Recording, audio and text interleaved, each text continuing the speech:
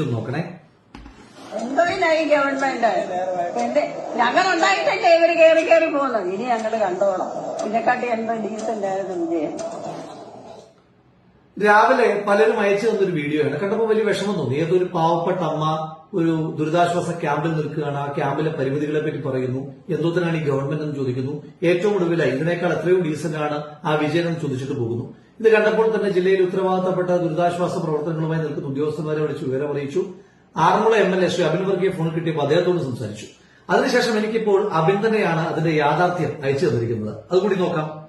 അമ്മേ, രാവിലെ എന്തൊക്കെയോ പരാതി, അമ്മയ്ക്ക് എന്തൊക്കെയോ വിഷമമുണ്ടെന്ന് പറഞ്ഞല്ലോ, എന്തായിരുന്നു? എന്റെ പൊന്നു പോലെ എനിക്കൊന്നും അറിയത്തില്ല. എന്റെ അടുത്ത് നിന്ന് വിജിലിമോൻ പറഞ്ഞു ഇന്നതുപോലൊക്കെ പറയാൻ പറഞ്ഞു. ഞാൻ പറഞ്ഞു. അത്രയേ ഉള്ള കാര്യം, അല്ലാതെ ഒരു കാര്യവും ഇല്ല.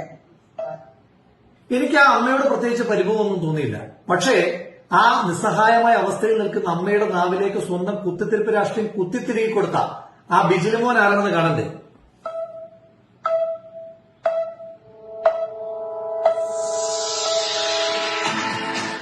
അമ്പട കേമ സഖാവ് ബിജിലി കുട്ട കോഴഞ്ചേരി ഏരിയ കമ്മിറ്റി അംഗമാണ് ഈ ബിജിലിമോൻ എന്ന് പറയുന്ന ചങ്ങാതി.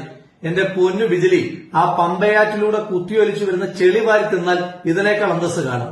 ഒരു നാടിനെ ചേർത്ത് പിടിക്കുന്ന നാട്ടിലെ MLA അബിൻ വർക്കിയും കുറെ ഉദ്യോഗസ്ഥന്മാരും വിവിധ രാഷ്ട്രീയ പാർട്ടിയിൽപ്പെട്ട ആളുകളുമെല്ലാം ഒരേ മനസ്സോടുകൂടി പ്രവർത്തിക്കുമ്പോൾ അതിനിടയിലും ഈ വിഷവുമായി കയറാൻ ചില്ലറ ഉടുപ്പൊന്നും പോരെന്റെ പൊന്നു ചങ്ങാതി. നിങ്ങളെപ്പോലുള്ള ദുരന്തങ്ങളെയും ഈ മഴയും ഒരുപോലെ ഈ നാട് നേരിടും. ഈ ദുരന്തത്തിന് ഈ നാട് തിരിച്ചടി നൽകുക തന്നെ ചെയ്യും.